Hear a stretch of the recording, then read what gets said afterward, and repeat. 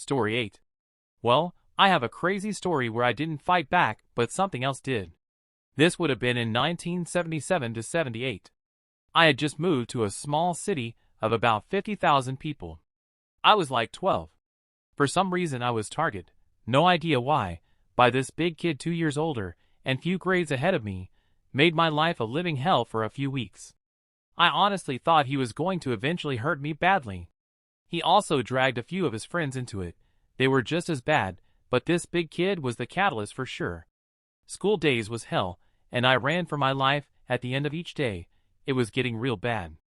My neighbors, a trucking family, with 4 boys ranging from 13 to 25, the older ones worked the oil fields in another province, but came home on the weekends. The youngest was a complete fucking psychopath. I knew something was up with this kid the first second I laid eyes on him. He was big for his age but lean, rangy with big hands. The spookiest bluish eyes. This kid, I will call Darren, was 13, a year younger than the kids that were bullying me. He went to the same school I did and witnessed these other kids making my life a complete hell a few times after school. I gave Darren a piece of my chicken, KFC, as I was walking into the house after me and my mom had picked some up. I am not even sure why I did it. I didn't know him at all really, but if I was being honest, it was probably because he was just so damn fucking spooky. At any rate, next day, like clockwork, I'm walking home with my sister from school. She was a year older than I, and these fuckheads show up. Usually, for the past few weeks anyway, I would have been running home by then, but my sister insisted I walk to the store, and like an idiot I did. Well, this bully and his friends started harassing me. One of them punched me in the nose, which started spewing blood immediately. Then, to make matters worse, one of them punched my older sister in the face as well. We are both crying at this time. Darren, our neighbor, at this point comes walking up smiling and laughing, like laughing hard. He is pointing at me and my sister, and like laughing like a hyena. The main bully steps back confused, and that's when Darren swings an old school lunch box, one of those adult steel/tin ones, blue with stripes, into his face, and then turned and kicked another one as hard as he could right in the nuts, who drops like he is poleaxed. The third one just screams out, Darren, I'm not with him, and nopes the fuck out. Remember, these kids are older than him.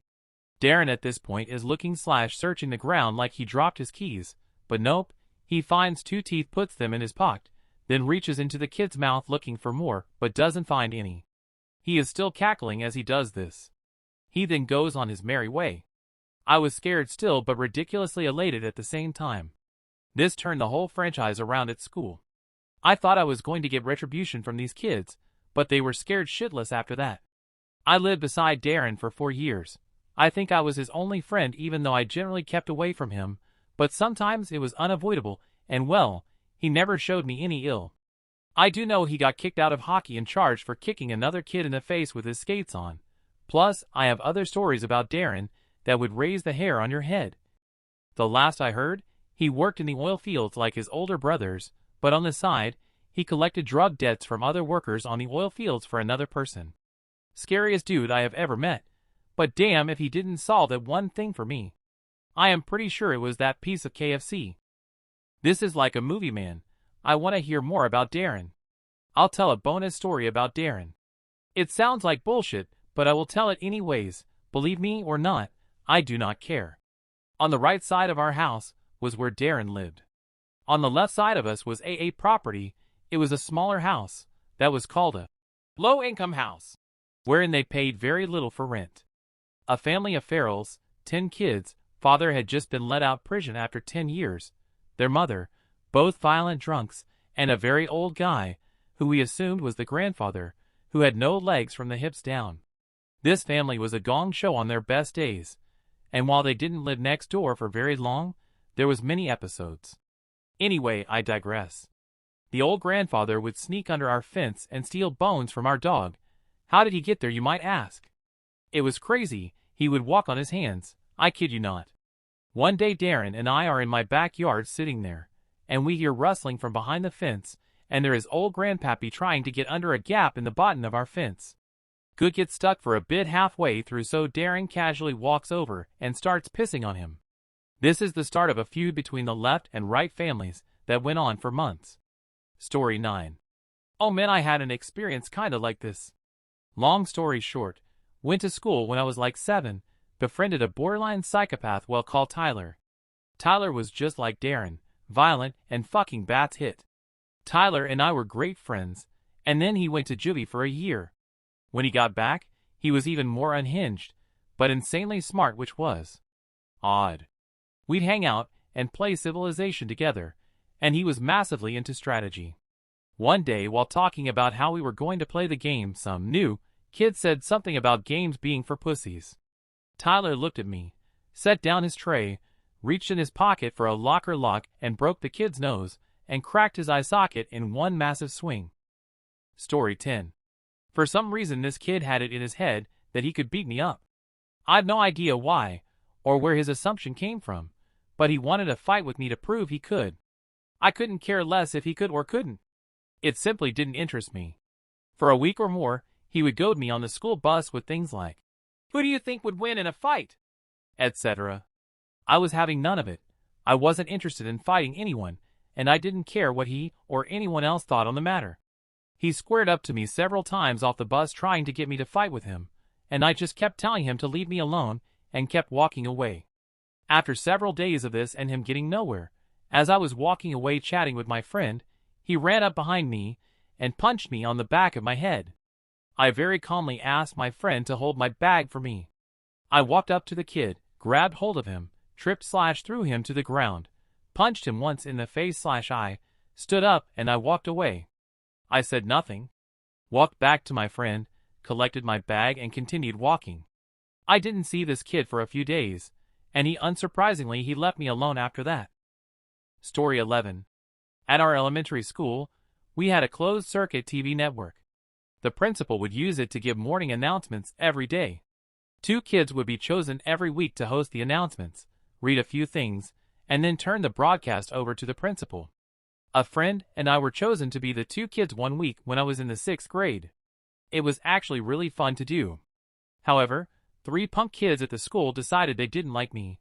I could only assume they saw me on the announcements, because I'd never met them before. They'd roam the school in a pack. If they saw me, they'd harass me verbally and physically. And of course, the teachers would do nothing. One day at lunch, they found me as I sat eating with my friends, who did nothing to help me. They surrounded me and began the harassment. Finally, I turned around and grabbed one of the bullies by the throat with both of my hands. He started punching me in the head, but I didn't let go. Finally, I pushed him away. The 3 bullies wandered off. I thought that'd be the end of it, but later that week, I got called into the principal's office. The bullies had told him that I'd vandalized a restroom in the school by graffiti-ing and urinating on the walls. I'd been playing basketball with my friends, so I had an alibi. But it freaked me out that the bullies were trying to find other ways to get to me, now that they knew I'd fight back physically. I had my dad call the principal and read them the riot act, and the trouble stopped after that. However, I still had to stay on alert for those bullies until they all got expelled from school a few years later. Story 12. 2002, in high school, freshman year I had PE. I was the tall, skinny kid, so of course I was targeted regularly.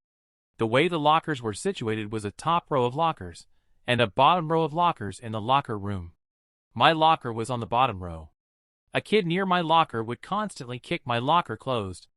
It was a combo locker, so you'd have to input the combo again if it closed all the way to reopen it.